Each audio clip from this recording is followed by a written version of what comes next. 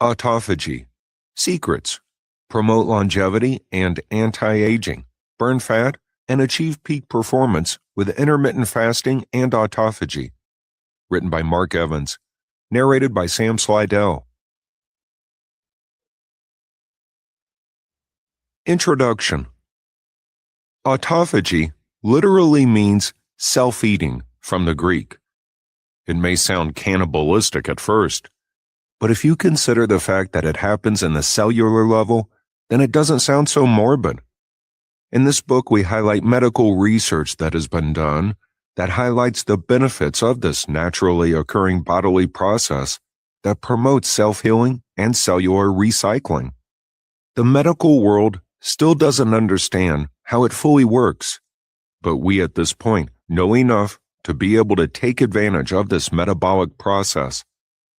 There are strategies that you can employ today to help you maximize the health benefits from autophagy. Imagine being able to induce healing at the cellular level. You will enable your body to heal from insulin resistance, burn body fat, repair skin cells, heal brain cells, and a host of other benefits, just because you gave your body a chance to let its inherent natural ability to regenerate and heal itself. This is an exciting field of ongoing study, and this book shows you how to make use of present-day techniques to enhance your body's autophagic processes. We will cover the pros and cons, as well as a bit of the science behind it. The terms and jargon have been simplified as much as possible so that you, the layperson, can understand the bodily processes being described. Thanks for purchasing this book. I hope you enjoy it.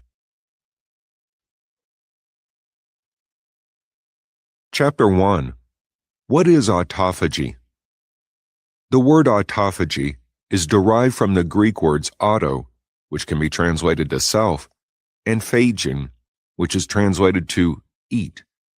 You put those two together, and what you have is that autophagy means to eat the self.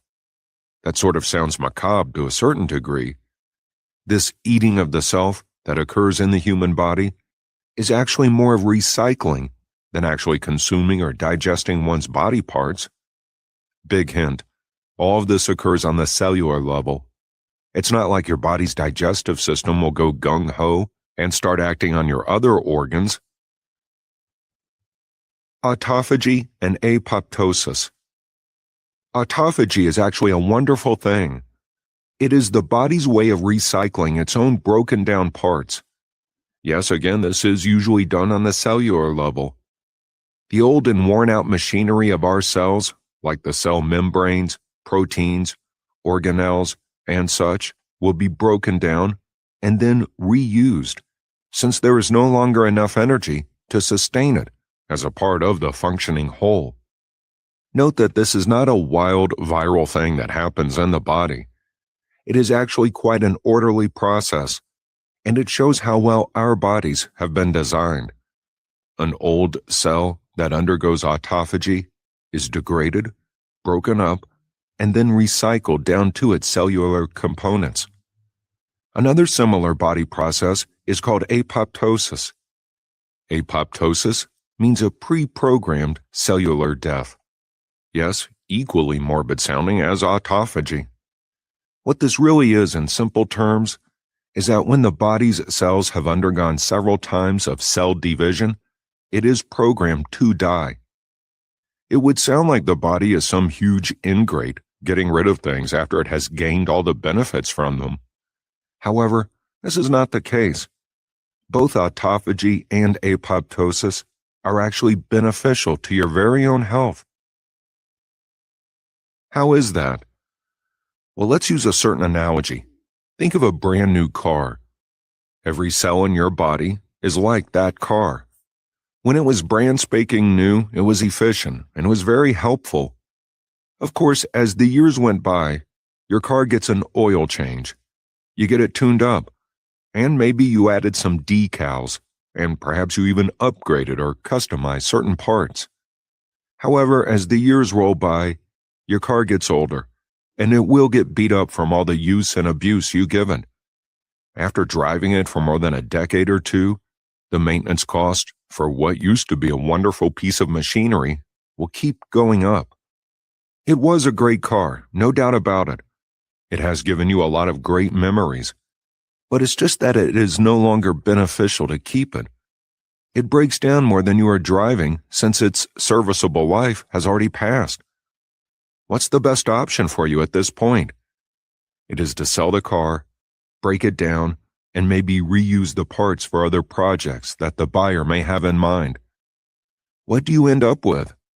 You get to buy a new car. The same thing happens to the cells of your body, believe it or not. But the body's cells are more efficient than we think we know when it comes to these matters. The usable life of each cell has already been predetermined or pre-calculated. After so-and-so number of cell divisions, it has been predetermined that the original cell is already old and clunky. These old cells are no longer functioning at optimum levels. It costs more to maintain them than to get new ones. So the body opts for the better option, apoptosis. That way you don't need to worry about the proverbial car breaking down at the worst possible moment when you need it the most. Looking at it at the subcellular level, think of autophagy as the process that happens before apoptosis. Autophagy is the maintenance period where the cell can still go on, and it just needs replacement for certain parts. If after some time that no longer works, then apoptosis kicks in, so that an entire new cell will take the place of the old one. Going back to the car analogy, sometimes all a car needs is a new battery, maybe a replacement spark plug or some other part, and then it will be good to go. This very thing happens to the cells at a subcellular level. For instance, only certain organelles are destroyed so that the cell can make new ones. The old organelles can then be removed along with the rest of the cellular debris. Do you know what that roughly translates to? It means your body is naturally getting a detox at the cellular level. Now that is what a real detox is. The old and bad parts that no longer function are discarded, and thus the working and functional environment of a cell is optimized. Discovery and short history. The bodily process of autophagy was first discovered in January of 1962 at the Rockefeller Institute by Professor Keith R. Porter and Thomas Ashford, his student. In their studies, they noted that after adding glucagon, they noticed an increased number of lysosomes. Lysosomes are that part of the cell that is responsible for breaking down parts that are no longer needed. It was Christian de Duve, a Nobel Prize winner, who eventually coined the term autophagy. More studies on autophagy were conducted in the 90s. One of the discoveries was that there were genes that were related to the process. Michael Thumb and notably Yoshinori Osumi discovered starvation-induced non-selective autophagy. Osumi eventually was awarded the Nobel Prize in Physiology or Medicine in 2016. It was in this turn of the 21st century when the field of autophagy research has gained a lot of traction. We don't know everything about it, but we are learning a lot. There is plenty of scientific research that has been done and are being conducted, especially those that are related to cancer, aging, and other neurodegenerative conditions. Chapter 2. Understanding its pros and cons. Now, even though the name of this bodily process kind of sounds like it is a bad state of affairs, it is a proverbial fountain of youth. From the discussion in the previous chapter, we have learned that it is one of the ways the body renews itself from the core of our beings. There is ongoing medical research on how to use autophagy as a kind of therapy. That is one of the many uses that experts are looking into. However, it should be pointed out that autophagy as a therapy is not for everyone. It also has downsides. In this chapter, we will go over both the pros and the cons of using autophagy as a therapeutic approach It may preserve and lengthen your life. Autophagy as a therapeutic approach may save your life. Okay, that sounded like something from an infomercial. However, take note that it is accurate, scientifically speaking. It is, after all, a core mechanism of the body that occurs naturally. Our bodies enter different states of autophagy at different times and at different degrees. It is a process that your body performs to basically save your life. It basically kicks in when you are sick, when you are in a state of starvation, especially when in a prolonged starvation mode, when you are suffering from an infection, and of course, when you are under a lot of stress. It is used by the body to maximize the repairs that can be done and to ensure minimal damage in case a virus or any invading bacteria or otherwise has come to threaten your bodily systems. It is possible to induce autophagy without illness or anything life-threatening. Is it possible to induce autophagy without illness or anything life-threatening? The answer is yes. That is best achieved with the help of intermittent fasting. That is the best known way to put the human body in that state of self-eating. But studies have also shown that adding some fat and intermittent fats, as well as other nutrients and other kinds of food, can also help boost the autophagy process. When you do intermittent fasting, your body enters starvation mode every now and then. Doing so will also starve an infectious intruder of the glucose it usually feeds on. Since the body's glucose levels go down, it also produces another effect. Inflammation is also reduced. Since inflammation is reduced, the immune system is given a bigger legroom to do its job, since it can concentrate on fighting off the infection instead. Gives the immune system an easier time taking action. We see this in nature a lot of times, and we just didn't know it back then. Animals have basically evolved based on their body's autophagy process. When they are sick, they conserve energy and refuse to eat. They go into low energy and starvation mode so that their bodies can beat the infection. Well, they don't have medicine after all. Wild animals also enter this state when food sources are scarce. You can say that it is their way to extend their lives. How does that translate to us humans? Autophagy is a critical part of our bodily systems, particularly the immune systems as well. When it kicks in, you are better able to handle illnesses, and researchers have found that it can also help reduce one's risk of developing cancer. Improves quality of life. Autophagy actually has anti-aging effects, which is one of the ways it can help improve your quality of life. It helps to make your skin healthier, since the skin cells get renewed, which means newer and younger skin replaces the old skin. However, the benefits of this naturally bodily process is not only skin deep. Recent studies have shown that autophagy improves your overall cellular health. That means every cell in your body can potentially benefit from this process. Remember that it was explained in the previous chapter that autophagy is more like a recycling process. The damaged parts are taken down and recycled, and newer parts of the body's cells are grown in their stead. This same process of recycling and renewal also gets rid of toxic materials that get lodged in the body, and it is all done naturally. You can say that this is the body's automatic and natural method for detoxification. By reducing the toxic damage the body has received, you are actually improving your biological age. You may be older chronologically, i.e., according to the day you were born, but you are internally younger physically. The better your body is at repairing itself will dictate how young you really are in terms of biology. Fine-tuning for your metabolism. One of the parts of the cell that gets removed, recycled, and replaced during autophagy is the mitochondria. You can think of the mitochondria as the engine of your cells. They make each cell work as efficiently as they can.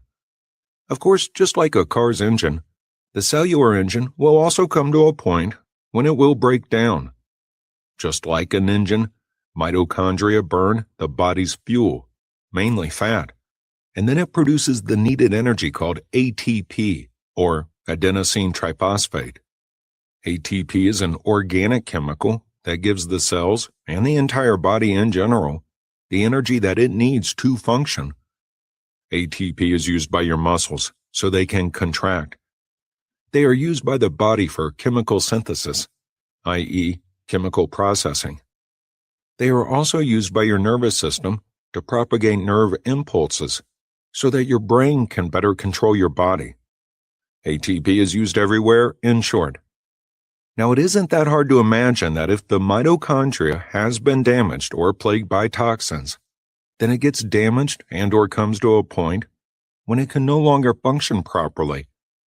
Thus, it will also need to be repaired or recycled, and then replaced with a new one. And that is what autophagy is for.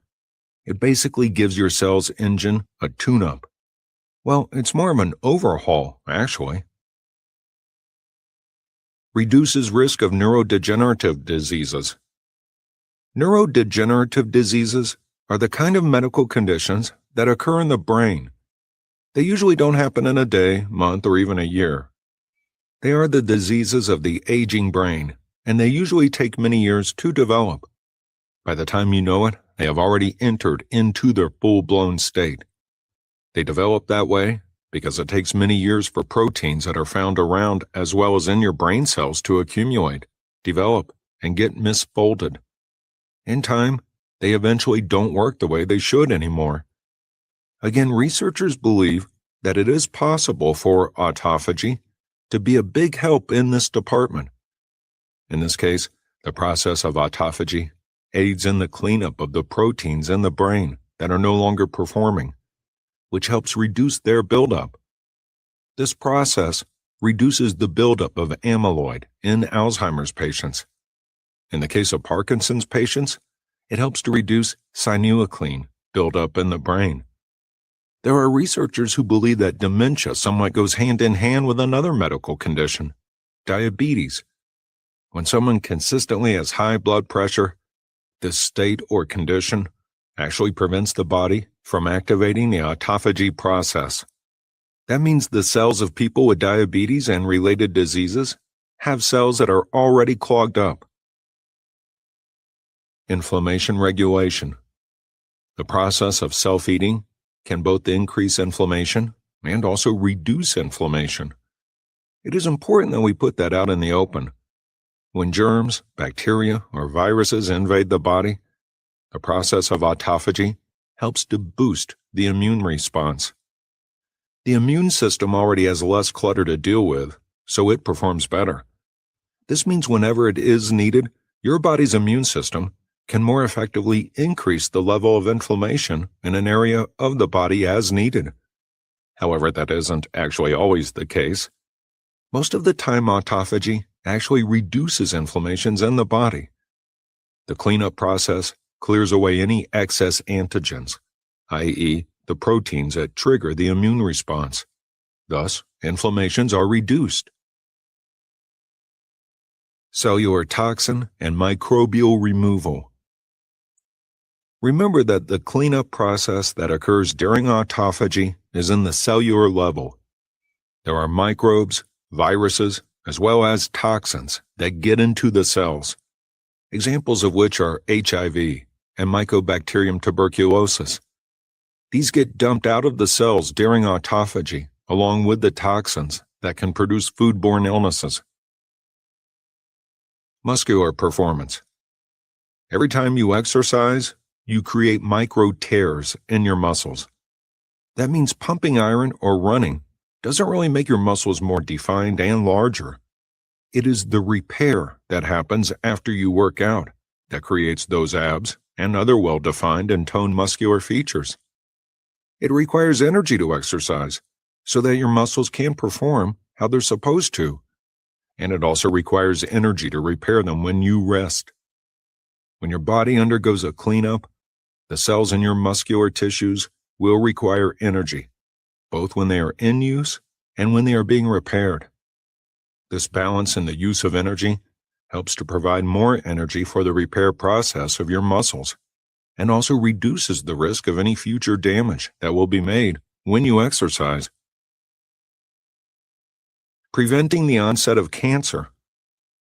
Since autophagy aids in the control of chronic inflammation, then it is a big help to prevent the onset of cancer. Research also suggests that it may also suppress other bodily processes like DNA damage response and genome instability that also lead to the formation of cancer cells. However, this is a double-edged sword, as one research points out.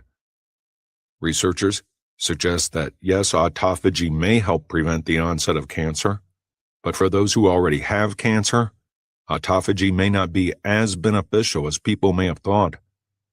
As cancer progresses, the cancer cells can also activate autophagy, but not to clean up cells.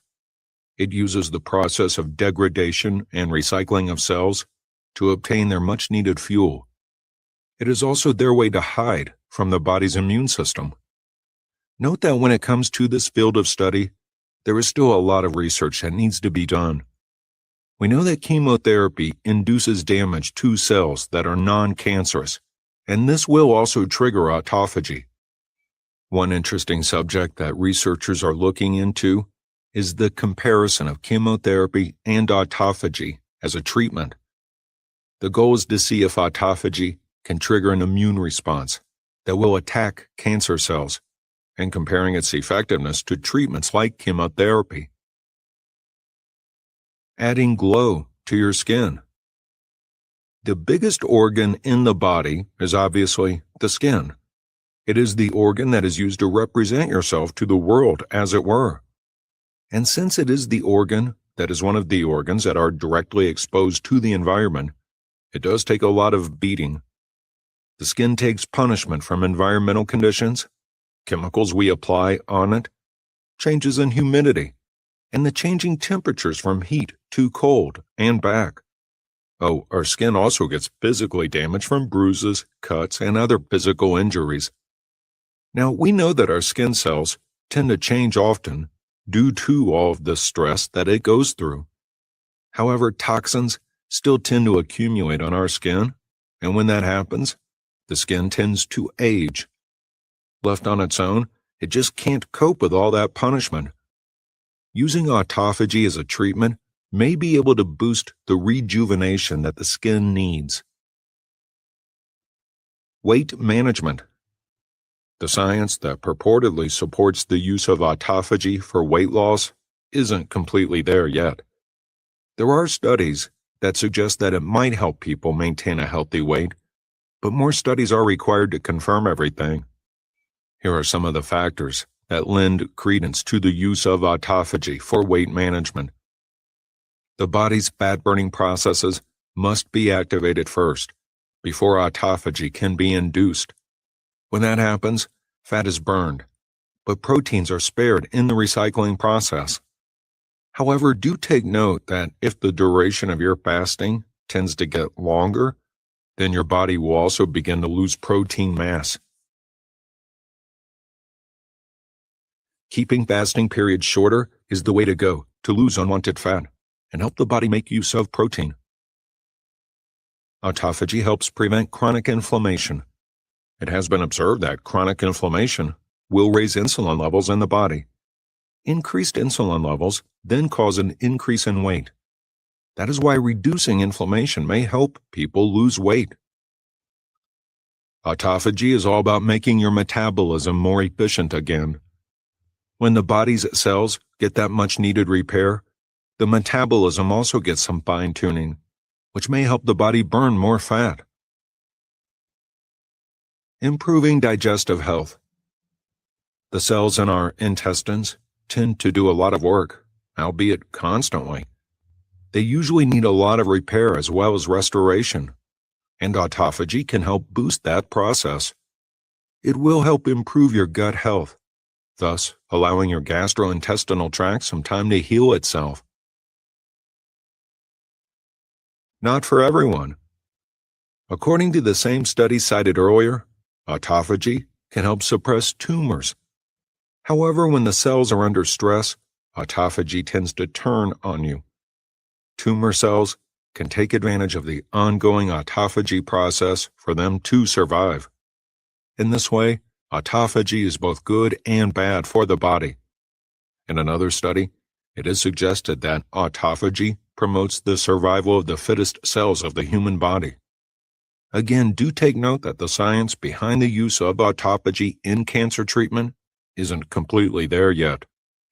There are studies that show that the lack of autophagy in the body can lead to the reduced production of genes that suppress tumors. However, it should be noted that these studies lack actual human trials. The bottom line here is that promoting autophagy or inducing autophagy is not for everyone. If you have a pre-existing medical condition prior to practicing any form of induced autophagy, then you should first consult with your doctor before you attempt anything. Chapter 3. 10 Ways to Induce Autophagy. In this chapter, we will go over different ways to induce autophagy. There is no doubt that the best way to bring your body into autophagy mode is to go on a fast. Well, basically because that is exactly what the body needs to be in, starvation mode. Well, sort of. But fasting and starvation are two different things. We'll go over the nitty-gritty details about that in the next chapter. In this chapter, we will have an overview of the things that you can do to activate autophagy, besides fasting. There are several and natural ways that you can influence it. By doing this, you are reaping a host of benefits, such as reducing your risk for neurodegenerative disease, inflammation, depression, and other related symptoms. In this chapter, we will go over lifestyle habits, food that you can eat, and other things that can help get your body started on autophagy. However, it should be stressed here that the real best way to induce it is nothing more than by fasting. You can use the information here and combine it with a fasting regimen in order to better prepare your body to enter into autophagy mode. There is no magic bullet that will work for everyone, and that is why researchers, dietitians, and other experts have looked for ways to induce autophagy. Option 1. Fasting, intermittent fasting. Let's get this one out of the way, and we won't go over this in detail because we have an entire chapter on intermittent fasting in this book. Fasting is no less than a biological stressor that solicits a reaction from the body, just like exercise. Fasting deprives the body of nutrients, and the body will react to that. Studies have shown that fasting can greatly induce autophagy in the human brain, as well as in the other organs as well. The challenging part is that you will have to stay fasted for 24 to 48 hours in order to get the highest levels of autophagy, and also the best benefits from this metabolic process. The big problem with this is the length of the fast. It is usually not practical, and it is not a realistic option for many people. The good news is there are a variety of fasting regimens you can try. You may be able to find a suitable one for you, and you can combine that with the other autophagy-inducing techniques and methods discussed in this chapter. Remember that studies suggest that even shorter fasts can promote better neuronal autophagy. Option 2. Exercise. Aside from fasting, another way that you can lower your body's blood insulin levels is through exercise. In fact, this is one of the best methods to induce more autophagy to happen in your brain, where it matters the most. There are, of course, different types of exercises, and not all of them are better suited to promote autophagy. So which type of exercise should you focus on? Researchers have found that the aerobic exercises are your best option at inducing autophagy. Resistance training should also be part of any exercise regimen, and it will help keep the body healthier. But if you are looking to increase your chances of activating autophagy mode, you will focus on aerobic exercises. Aerobic exercises are the ones that will usually make you pant a lot or pause and catch your breath. People usually call them cardio exercises. Aerobic exercises improve cognitive function, and experts believe that this is due to autophagy. Exercise produces stress in the body, and autophagy is one of the ways the body copes with stress. Studies suggest that it only takes 30 minutes of aerobic exercise to induce this stress and to trigger a level of autophagy. As a result, this metabolic state becomes a huge benefit for overall brain health. It reduces neurodegeneration, and at the same time, it increases neurogenesis. That is the way researchers highly suggest to exercise, aerobic exercise especially, for obtaining optimal health for the brain. You don't have to stick to jogging or treadmills. The idea is to find an aerobic exercise, say swimming, that you enjoy doing, and keep doing it. That way you tend to commit to it, thus increasing your chances of success. Option 3. Go through a protein fast. According to one study, going through a protein fast has the same effects as undergoing a calorie restriction. How is a protein fast done? You might have to measure your protein intake per week when you do it.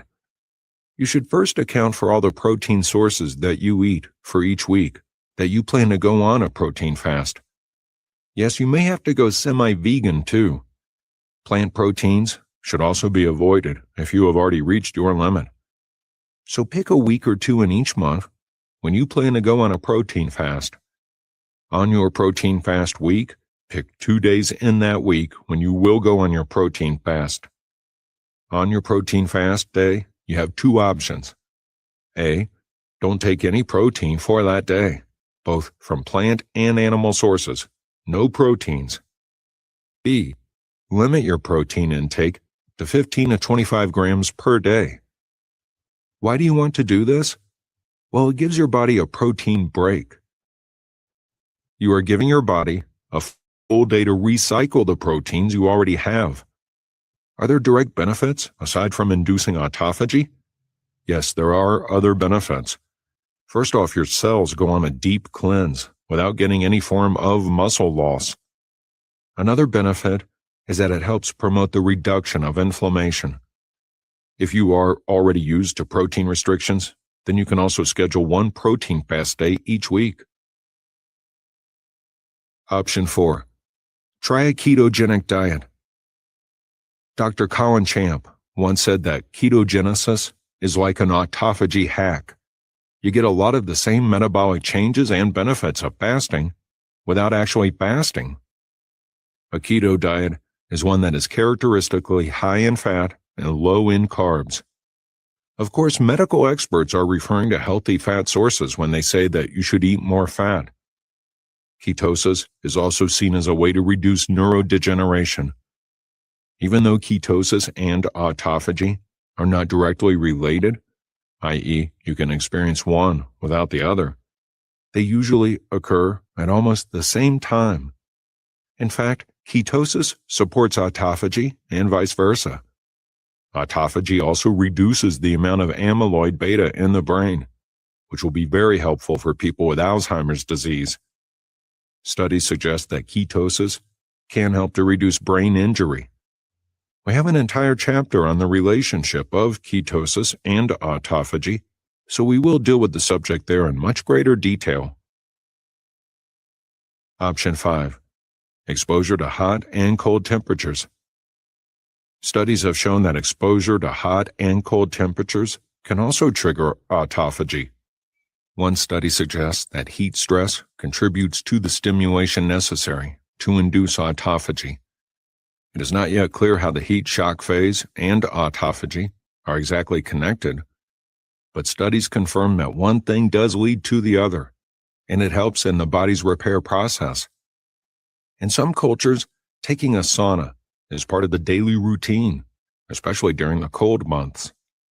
There are also other treatment modalities, such as cold plunges, and even some try cryotherapy. Of course, before you try any of these treatments, You should first consult with your doctor, especially if you are at risk for certain medical conditions. We will go over cryotherapy, along with how to use hot and cold exposures later in this book. Option 6. Deep sleep. Sleep is the phase or mode where the body heals. That is why getting enough quality sleep is one of the keys of obtaining a state of autophagy. It shouldn't come as a surprise that poor sleep is one of the contributors to poor cognitive function. Not getting enough sleep, studies say, negatively affects autophagy, especially when you wake up intermittently through the night. There is, of course, the question of which is more important, the length of time sleeping or the quality of sleep. The answer is both length and quality are important. Experts recommend at least 7 hours of quality sleep each night. That means uninterrupted sleep, of course. So how do you improve the quality of your sleep? It is done by taking care of your circadian rhythm and also by promoting the production of melatonin. Researchers have found that there is a connection between the human sleep-wake cycle, i.e., your circadian rhythm, and autophagy. This interconnection plays a role either in the improvement or decline of cognitive function. When we sleep well at night, the brain is better able to produce more melatonin. Melatonin is a hormone secreted in a small gland in the brain called the pineal gland. Studies suggest that melatonin can induce autophagy and also helps to reduce one's risk for neuropsychiatric disorders. We will cover how to increase the quality of your sleep in order to activate autophagy later in this book. Option 7.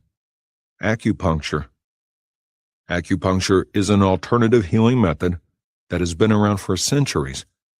An acupuncturist inserts needles in specific parts of the body to produce a reflex reaction. According to one review, studies suggest that acupuncture can improve learning and memory, and also induce autophagy. Another study showed that through this process, brain cells are protected via the upregulation of the pathways for autophagy.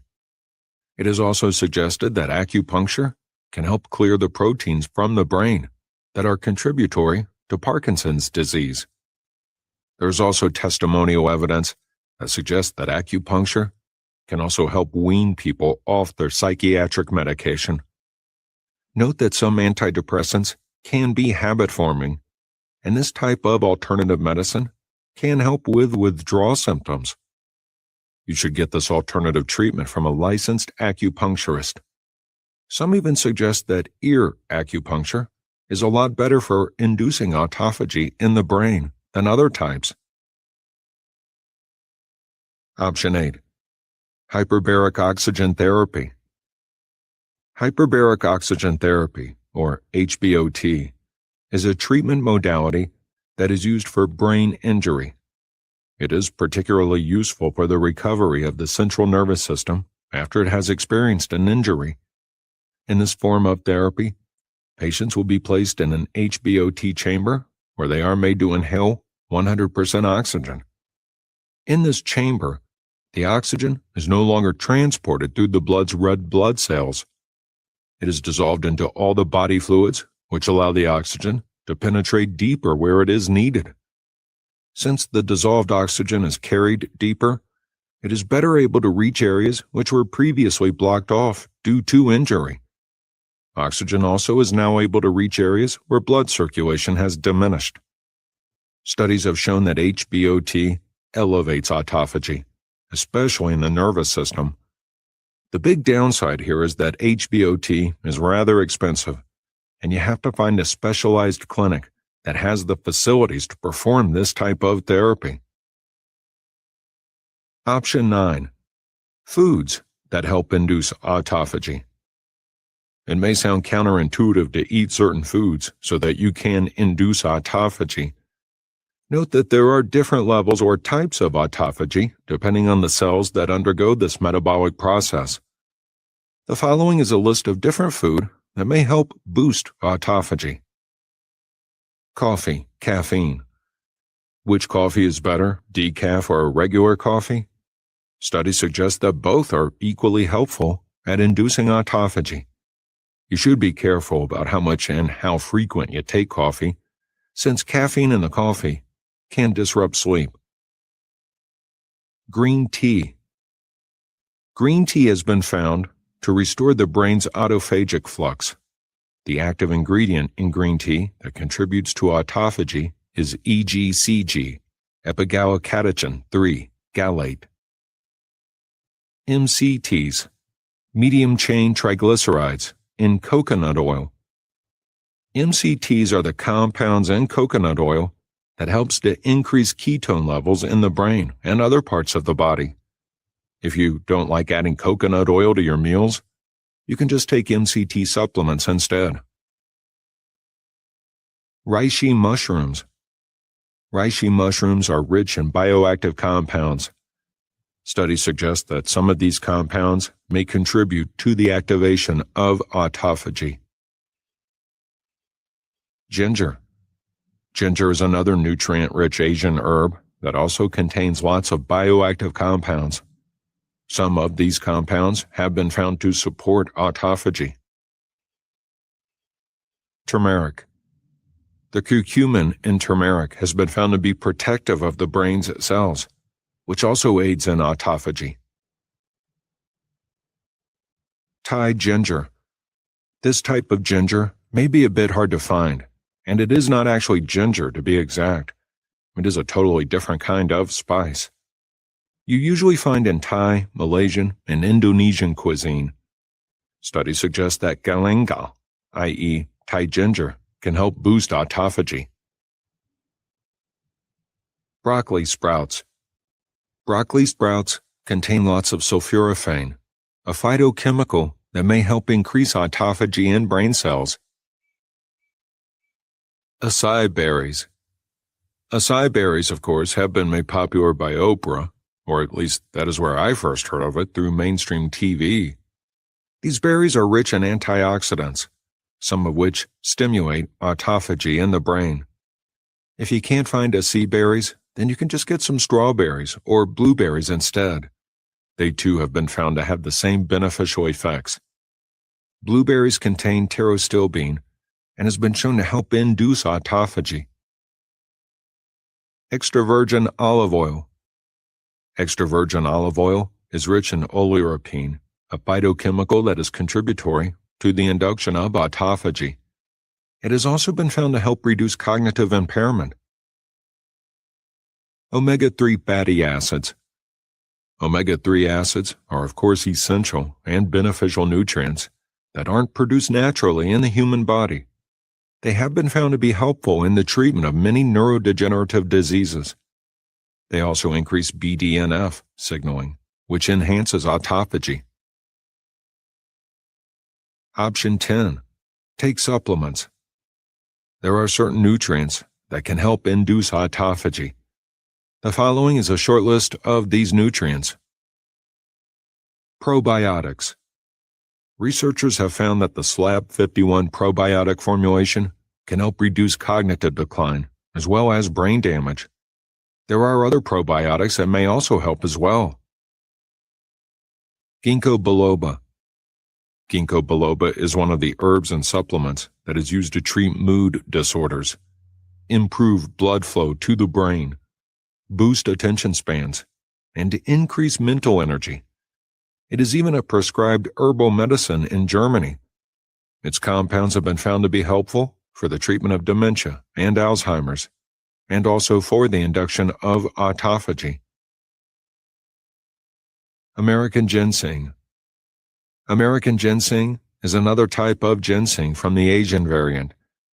Researchers suggest that it may help induce autophagy and reduce mitochondrial dysfunction.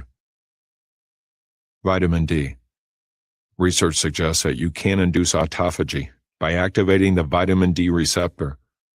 Other studies also link vitamin D deficiency with defective autophagy. Acetyl L-carnitine. Acetyl L-carnitine has been found to have cognitive enhancing as well as neuroprotective effects. Research suggests that it can help reverse cognitive decline as well as support the functions of the mitochondria in cells. It does that by inducing autophagy in the brain. Vitamin K2. If you are taking vitamin D, you should also take vitamin K2, since this vitamin also helps to induce autophagy. In fact, these two vitamins go well together. CBD. CBD, or cannabidiol, is one of the active cannabinoids that can be extracted from marijuana. Don't worry, this one won't make you high. It is actually beneficial, and researchers have found that it both activates as well as enhances autophagy. Lithium. Lithium orotate has been found to significantly increase the production of myelin, which improves overall brain health. It does that by enhancing the autophagy in the brain. Berberine. Berberine is usually extracted from a variety of plants. This alkaloid has been found to promote neurogenesis. It also helps to prevent and reduce inflammation. Through these actions, berberine is able to help protect the cells of the brain and induce autophagy. Rhodiola. Rhodiola is also known as the Arctic root. It is also known as the golden root in Asia. It is actually a pretty popular herb used to increase both mental and physical stamina. It does this by reducing neurodegeneration via increasing autophagy in the brain. Schisandra. Schisandra is a berry, and it is frequently used in traditional Chinese medicine. It is traditionally used to improve someone's mood, reduce stress, and it is particularly helpful for women going through menopause. Studies also suggest that it can also enhance autophagy. Resveratrol. Resveratrol is known to prevent the development of a lot of Alzheimer's and other neurodegenerative diseases. Studies show that it helps brain cells recover and heal after an injury. Spermidine. Spermidine is a compound that can be found in potatoes, pears, mushrooms, chicken, fermented soy, and aged cheese. If eating these foods will ruin your fasting or diet, then you can just take it as a supplement. It has been found to be effective in reducing the aging of the synapses of the brain, and this compound also helps induce autophagy. Chapter 4. Activating autophagy through fasting. Experts say that fasting is the fastest and most effective way to help the body to get into a state of autophagy. How does that happen? Fasting deprives the body of nutrients, which signals the body to activate autophagy. When we stop eating, the body's insulin levels go down, and to compensate for that drop in insulin, the body produces more glucagon. When you have more glucagon, it triggers autophagy. Researchers, like the award-winning Yoshinori Osumi and plenty of others, recommend fasting, particularly intermittent fasting, as a means to activating autophagy. There are other methods, of course, such as the ketogenic diet, for instance, but we will go over those in a separate chapter. In this chapter, we will focus on fasting and how you can use it to induce autophagy. What is fasting? Isn't fasting the equivalent of starvation? Well, not exactly. But yes, you will starve at one point. The big difference between general starvation and the practice of fasting is control. Starvation is involuntary. You are forced to it due to the lack of food. On the other hand, fasting is not. You chose not to eat. Starvation can lead to severe health problems and even death. Fasting, on the other hand, is controlled and deliberate, and you can stop anytime you want. Yes, you will suffer from the lack of food in both cases, but as you can see, you have control when you fast.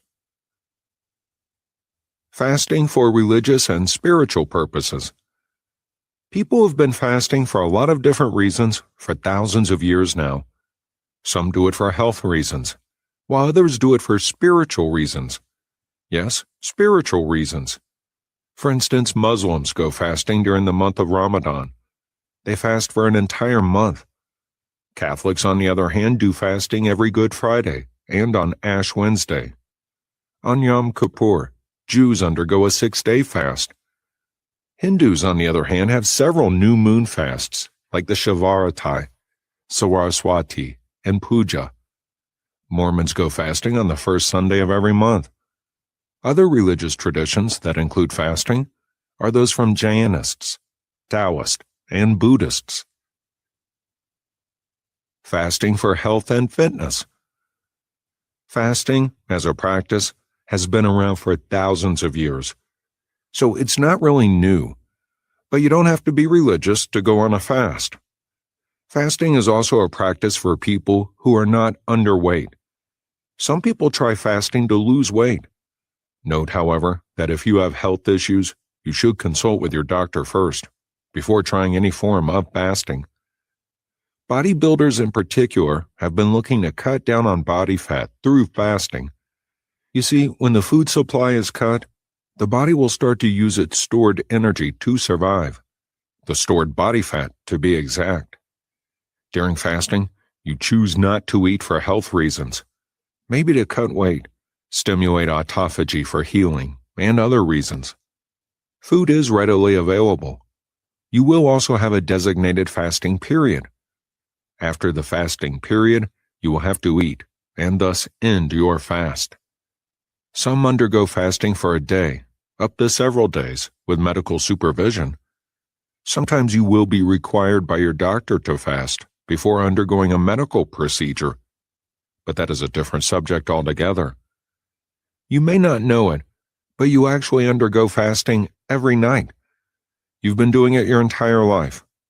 Do you know where the word breakfast comes from and what it means? Break fast. This term actually comes from break fast. It is the meal that people eat to break their fasting period. You eat breakfast in the morning.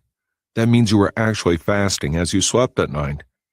That implicitly means we all fast at night, and it is something that we do daily. However, this nightly fast is actually a short-term fast, usually lasting anywhere from 6 to 10 hours. Some people sleep longer for various reasons. Bodybuilders and people who are sick need to sleep in order to recuperate. Benefits of fasting. Weight loss. As stated earlier, there are people who undergo fasting to lose weight. Any extra that gets digested and doesn't get used by the body will end up getting stored for later use. That stored, unused body fuel is called fat. Since fasting means not eating, the body will switch to using fat for sustenance. Promotes longevity. As you grow older, your metabolism slows down. This condition will later lead to a gradual loss of muscle tissue, which is known as sarcopenia.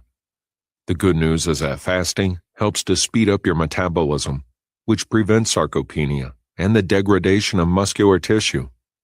On top of that, fasting triggers autophagy. Detoxifies the body. Nutrient deprivation is interpreted by the brain as a form of stress or threat, protectively or defensively.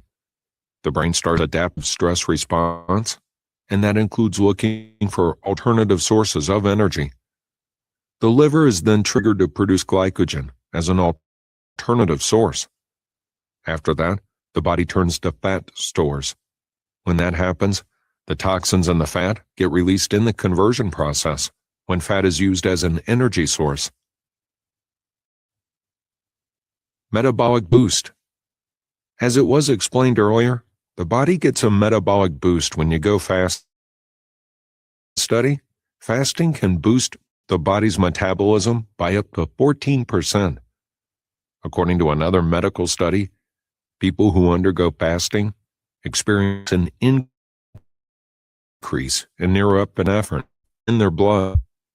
This is a neurotransmitter that increases the body's metabolism, improves brain function.